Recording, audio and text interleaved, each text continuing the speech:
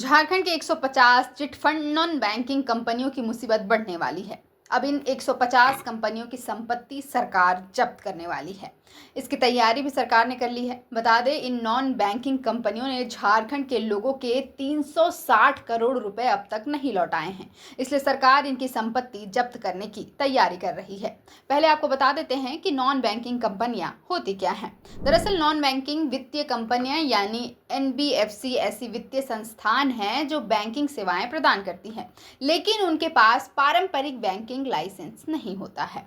ये कंपनियां ऋण, अग्रिम शेयर, बॉन्ड, डिबेंचर और प्रतिभूतियों के अधिग्रहण जैसे काम करती है। NBFC को भारतीय रिजर्व बैंक द्वारा विनियमित किया जाता है। बता दें, झारखंड में करीब 500 नॉन बैंकिंग कंपनियां हैं। इसमें से 150 पर धोखाधड़ी और निवेशकों के पैसे ना लौटाने का केस दर्ज है। राज्य में CID में 25 और CBI में 124 केस दर्ज हैं। इनमें रांची में 97 और धनबाद में 27 मामले हैं। इन मामलों में CBI 118 चार्जशीट दायर कर चुकी है। इसके बावजूद निवेशकों के पैसे वापस नहीं मिल रहे हैं। इसी को देखते हुए उच्च स्तरीय कमेटी ने संपत्ति जब्त करने का फैसला लिया है। राजस्व परिषद सदस्य मस्तराम मीणा की अध्यक्षता में गठित उच्च स्तरीय समिति ने CBI और CID को उन कंपनियों की चल अचल संपत्ति की सूची 22 अगस्त तक उपलब्ध कराने को कहा है जिनके खिलाफ केस दर्ज हैं। अगली बैठक में प्रमंडलीय आयुक्तों को भी बुलाने का निर्देश दिया गया है, क्योंकि प्रमंडलीय आयुक्तों को भी ऐसे मामले में विशेष सुनवाई का अधिकार है। हाल ही में हुई बैठक में गृह विभाग की प्रधान सचिव वंदना दादेल, वित्त सचिव प्रशांत कुमार, CBI के DIG MS खान और CID के SP पूज्य प्रकाश शामिल थे।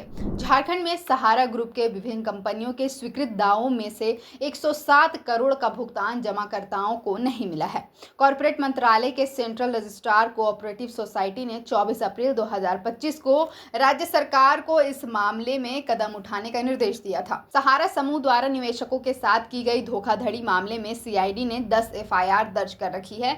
इसमें 100 से भी अधिक आरोपी हैं। CBI ने Arise Comtrade chain marketing, Anvesha infrastructure और ओमिसा एग्रो इंडस्ट्रीज के खिलाफ भी धोखाधड़ी के आरोप में मामला दर्ज किया था।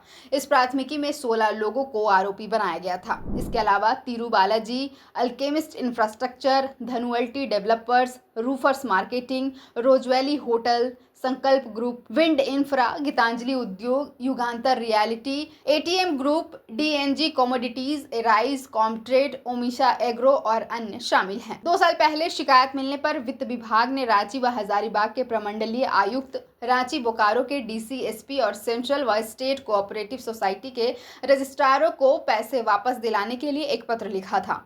सहारा को भी जरूरी कार्रवाई करने को कहा गया था, लेकिन कोई सुधार नहीं हुआ। फिर राज्य सरकार ने ऐसे मामलों में प्रमंडलीय आयुक्त को सुनवाई का जिम्मा सौंपा।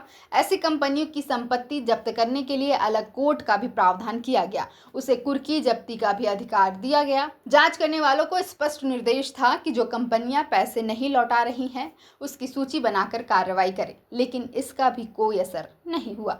अब सरकार एक बार फिर से इन नॉन बैंकिंग कंपनियों को लेकर एक्शन में है। अब जल्द ही झारखंड की 150 नॉन बैंकिंग कंपनियों पर गाज गिरने वाली है। फिलहाल के लिए इस वीडियो में इतना ही। मेरा नाम है अवंतिका और आप देख रहे हैं द फोर्थ पिलर।